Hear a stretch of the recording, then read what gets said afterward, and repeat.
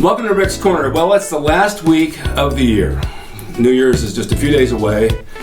We'll be starting a whole new thing next year. If you want to call them resolutions, I don't believe in resolutions. I think you just do the right thing all year long and it's always new and better.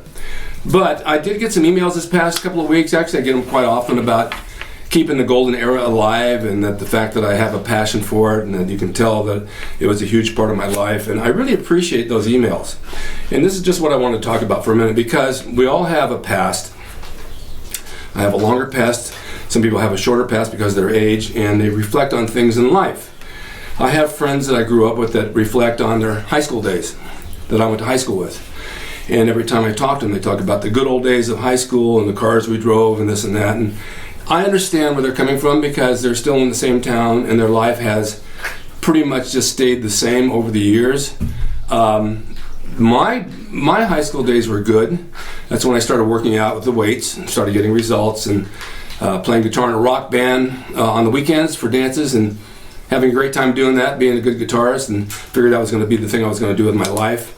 But the workouts took over, and I don't know if any of you have ever been through this, but many people back in those days, or back when you were younger, say, well, it's not going to last forever, and by the time you're 25, you'll just turn to fat, and that type of thing. We were talking about this last night at my girlfriend's house, and I was saying how I went into professional wrestling in 1965, and people that I was grew up with are saying, what a stupid thing to go into. Why would you pick that for a profession?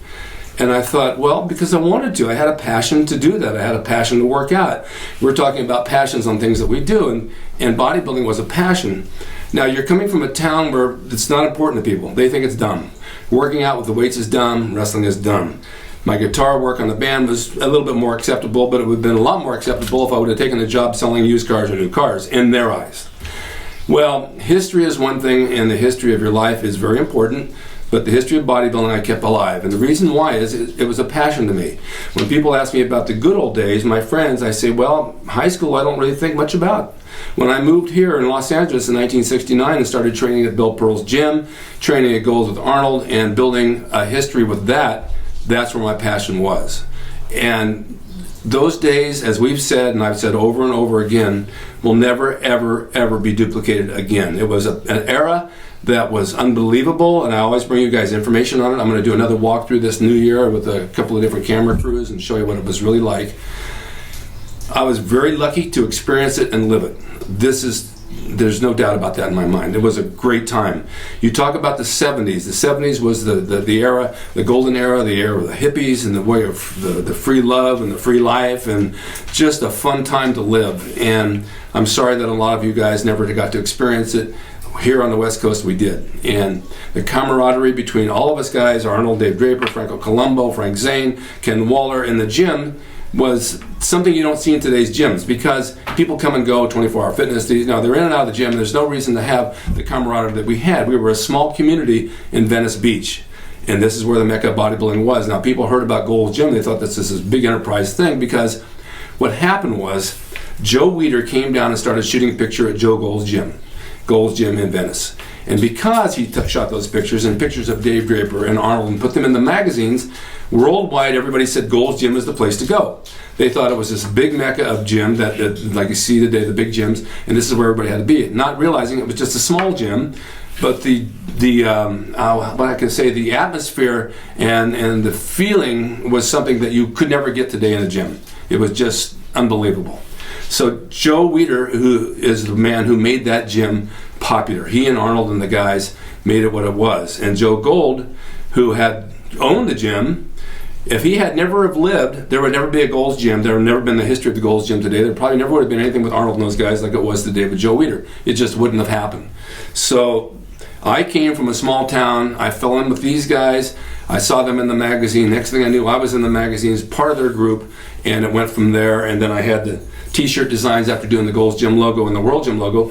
I had my own designs, which Weider put in his magazines, and it took off. And so what I'm saying is that history and that passion of those days will always be dear in my heart, because it's something that was a huge part of my life. And now that I'm older and I can share it on Rick's Corner, it's very important for me to keep the history alive, show what goes on those days, show what the guys did, what we did, how we worked out, how we ate, in what the life was all about. And that's why I share it with you. And that's why I like you guys as fans of Rick's Corner, because you appreciate what I'm bringing you. You always get some of those YouTube haters that make fun of it, but you know what? We don't need those guys in our lives. They'll always be losers, and they will be losers till the day they die. So the heck with them. In the meantime, you guys appreciate it. And this next year, I want to bring you more and more of those days, because it's something that I want to share. That was a huge part of my life, and there's very few of us left from that area. I mean, a lot of the men have passed away, moved on, done other things, but it's never going to leave my heart. I'll tell you, that Venice Beach and Santa Monica in those days are some of the greatest times of my life. So thanks for watching Rick's Corner. We'll see you after the first of the year. I'm going to bring you a whole year of stuff on the old days. I'm going to bring in doctors and people like that, because we have to know more about wellness too, and how to take care of our bodies, take care of our skin, our heart, our organs, and things that make us better in bodybuilding and working out today, because it's not just lifting the weights. There's a lot more than that. And so we want to take care of ourselves. That's why I'm branching out. You guys sing Bring Rich Piano back. I'm going to bring Rich back, but I have to have room for other people too. We just can't talk about sets and reps, because that gets old. So I hope you understand that. Have a good year. I'll see you guys after the first of the year, which is next week. And we'll have a good time. Happy New Year to you all. I love all of you. Thanks for being fans.